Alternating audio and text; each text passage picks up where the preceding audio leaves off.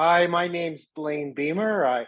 I am originally from Southern Ontario, and I became a student of Mr. Shintani's back in 1975. I have a lot of fond memories of that. Uh, at that time, I think we were either uh, first at some reconditioned basement bowling alley on Lower Barton Street, or were you at the Japanese Cultural Center? I also trained with him, taking the bus for about 2 hours each way to go out to Stony Creek from Dundas. What do I remember of those times? I guess I remember that the marvelous way that Mr. Shintani had respect for everybody who was on the floor.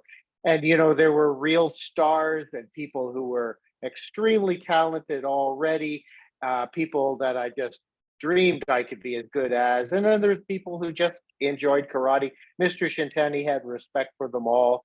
The thing I remember is that he is very much about the art. At that time, he had some old students or just past students who had gone into professional martial arts. He wasn't a big fan. They all had immense respect for him. Some of the luminaries of Canadian karate would show up, some of them still around. And it was clear that they saw something special in Mr. Shintani. And I think the group of us knew that this was a special opportunity to train with somebody who had really mastered this art. I remember training in the summers because I was away at university sometimes. Mr. Shintani came out one time. It was so hot and no air conditioning, slapped me on the back, and he just went, "Oh," it just laughed and walked away. That was kind of fun. It was so hot sometimes that sometimes nobody would show up for the class except me. Mr. Shintani didn't want to put on a gi. It was sweltering. So we'd just be in his office in Ontario, and he loved talking about baseball. He was a semi-pro baseball player, I hear, and boxing. And his understanding of strategy generally was very impressive to me. How he really got that. I had the chance to sometimes do a little block and counter with Mr. Shintani. That made me realize how much I had to improve to really stand a chance against a good opponent. And so that was a very humbling thing, but it also inspired me.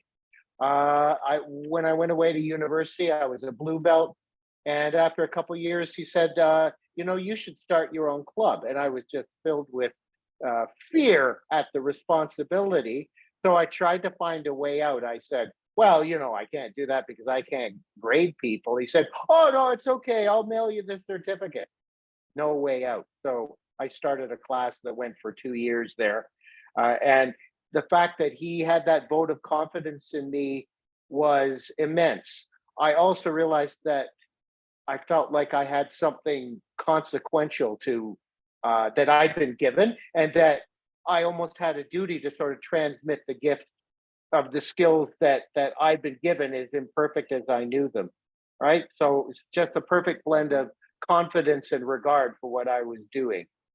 Uh, Mr. Shintani, I trained with him for years off and on. I did seminars with him all over the country. Now, he's gone, and a lot of people uh, feel badly that they didn't get a chance to train with him. I never worry about that because there are people, certainly people other than me, who really understand the essence of what Mr. Shintani was transmitting. And I have nothing but confidence that they're just going to continue there.